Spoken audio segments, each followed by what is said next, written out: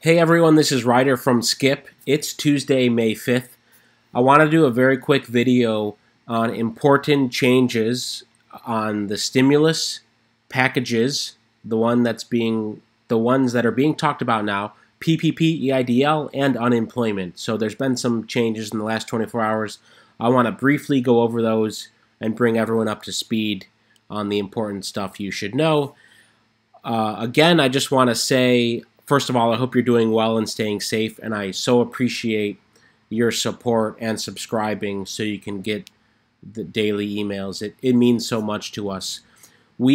Our team has been publishing posts every day that go in depth on all the things I'm talking about in these videos. So we just did a couple more today, including one, managing your budget during a global pandemic, things you can cut back on, some strategic things you may not be thinking about. Another one we did is about Giving Tuesday. What is Giving Tuesday, and what are organizations that I can read about and support? So anyway, these are all on helloskip.com/blog. I'm not going to belabor it, but we're posting 2-3 times a day. So there's a lot there, and all of these posts are financially driven, COVID-19 driven. So they're all related to things that are probably on your mind. Before we get into stimulus, PPP, and EIDL updates, I want to talk about unemployment. Let's spend a minute talking about unemployment. So I did in a previous video, the numbers last week from the Department of Labor said that over 30 million people in the past 6 weeks have applied for unemployment. That's larger than during the Great Depression, or the percentage of people now is close to the same percentage of people that were unemployed during the Great Depression in the 1930s. And there's no doubt in my mind that it's going to continue to increase. And one of the things that I predicted a few weeks ago was that a lot of bigger companies were waiting through April to take a wait-and-see approach before laying off people. But then we saw Lyft lay off lots of people. Uber hasn't made their announcements yet, but those certainly are upcoming. Lime, the scooter company, laid off a massive amount of people. And Airbnb today announced 25% of Airbnb's workforce will be laid off. And remember, they were going to IPO this year.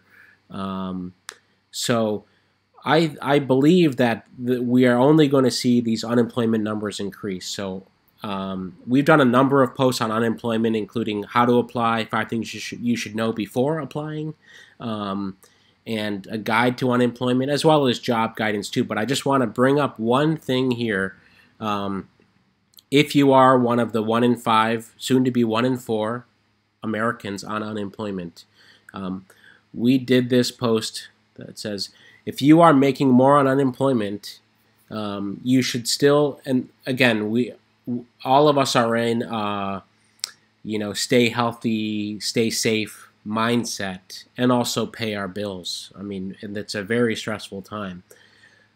But just to remind people that this extra unemployment money won't last forever. There are limits on it, and even though Congress is debating the next stimulus package, and I'm going to talk about that in a minute, the bottom line is the extra money won't last forever. So it's, whenever you're ready to start thinking about the new normal and what that may look like for you in terms of employment, it's a good idea to think about it. So we put in a reminder here that the $600 boost that was authorized in the CARES Act has an expiration date of July 31st. So it's beginning of May, so we still have a couple months, right? I mean, 3 months, more or less. But, it won't last forever. So it'll get us a lot of these things will get us through, maybe a month at a time. And which is good because it's better than nothing. But you should keep in mind kind of what happens in the fall. And the other thing that has been being discussed is if you turn down a job offer, or if an employer wants to bring you back on, you could be disqualified from unemployment. That's currently as it's written. If your employer says, "Oh, we want you back," and you find out that they wanted you back and you turn it down, then of course if your state finds out, they may bump you off unemployment insurance. And by the way, so many states are struggling paying out unemployment benefits. One of the things we saw today was that California is borrowing money from the federal government to pay for unemployment, and we are still early on. So indeed, many states are going to need to borrow money to pay for unemployment. The last thing is about health insurance, and we are going to do a longer post on health insurance, but I just want to say that, of course, you need to think about that as well. We're going to have a full guide on health insurance, and even if you have some interim health insurance or some COBRA benefits, those don't last forever as well. And so then your question is, what can I do in terms of Obamacare and the state healthcare options? What are my options? And so we'll go over that. Okay, let me jump to stimulus, EIDL, and PPP. So I'm going to jump to our SCIP dashboard just because it's easier to show you data on the SCIP dashboard. Again, this is all free. These trackers we have on SCIP, which is based on self-reported data. So I'm first going to scroll down here to the EIDL Advance. This is the biggest surprise, that still to this date, over 85% of people have still not received an advance. And this is based on who is self-reporting, but we estimate we have probably 0.5% of everyone who's applied for an EIDL loan that have opted into this tracker. And we follow up with them to ask them. So, there is obviously some bias in any self-reporting system, but the fact of the matter is it's still very low. And so, again, we've sent letters to the SBA. We've hounded them. I know they're getting hounded by senators who have much more power to say, actually, you should make it the full 10,000 like you originally promised, which we are full supporters of. But it's not progressing that quickly. And so this is the daily reporting we're seeing for self-reporting. And what we've been looking for is this trend to go up. So there was the original bump middle of April, then it went down when the funding dried up, and then beginning of last week there was some spike, but it didn't go up the way we thought it would.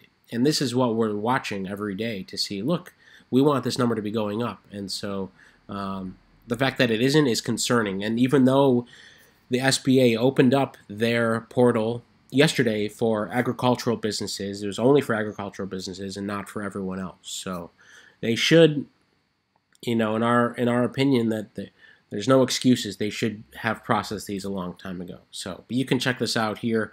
We are still putting updates and more information here, including we did a piece on the PPP loan and how to get it fully forgiven. Just briefly on PPP, I want to say, if you're still waiting for it, like I said, and like we have on the blog too, there are many. First of all, apply for multiple options if you haven't yet. And two, there are some very good options that we have heard good things about. So Fundera, PayPal, QuickBooks, and a few others, I believe Funding Circle.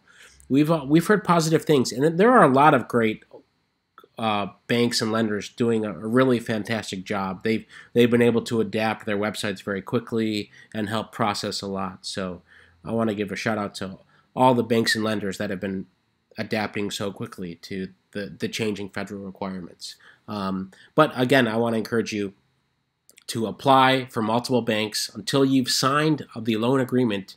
It's fair game in terms of who's going to be able to get the SBA to give you a loan number, get the SBA's approval, give you a loan number, and then the bank can wire you the money. All right, last thing I want to show you here is on the stimulus. So I did mention earlier in the week that things are still moving in Congress in the House of Representatives in terms of what are the new proposals. And there's about 3 that are on the table. The one that has the most traction seemingly is the $2,000 a month, which a month ago seemed, or 3 weeks ago when it's proposed, seemed outlandish. Like there's no way everyone in the country is going to get $2,000 a month. But now 28 representatives have co-sponsored this bill. And it seems like that is ahead of the mortgage and rent cancellation and some of the other ones as well that are a lower stimulus amount. So those are still early days, but the one thing we are hearing from all of you in the comments, by email, by chat, is we want another stimulus. So what we see here on our self-reporting is only 16% of our Skip users have received their stimulus check.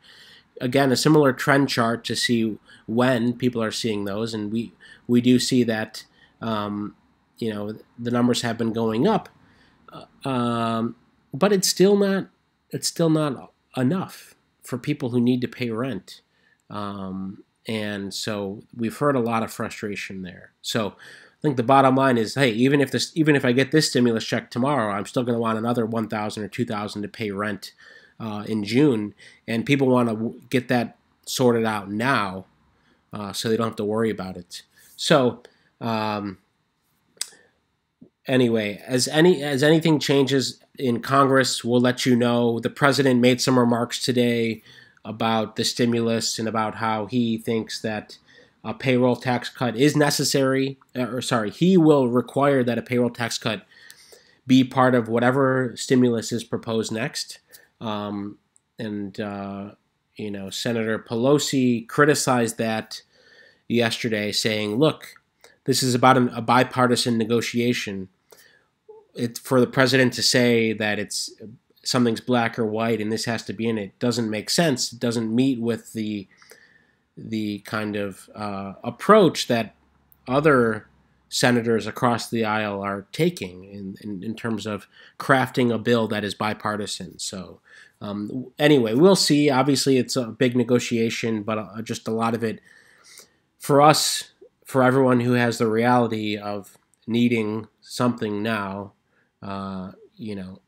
we don't focus too much on that, all of that back and forth. We just want the checks, and the question is, how can you deliver them to us as quick as possible? So I'll do an update tomorrow, but thanks again. I'll leave links to these trackers too, because you can plug them in, and if you don't want to wait for the videos, you can, as soon as we do new posts, we put them up here on the helloskip.com website. All right, stay well, stay safe, and stay home. Thanks again.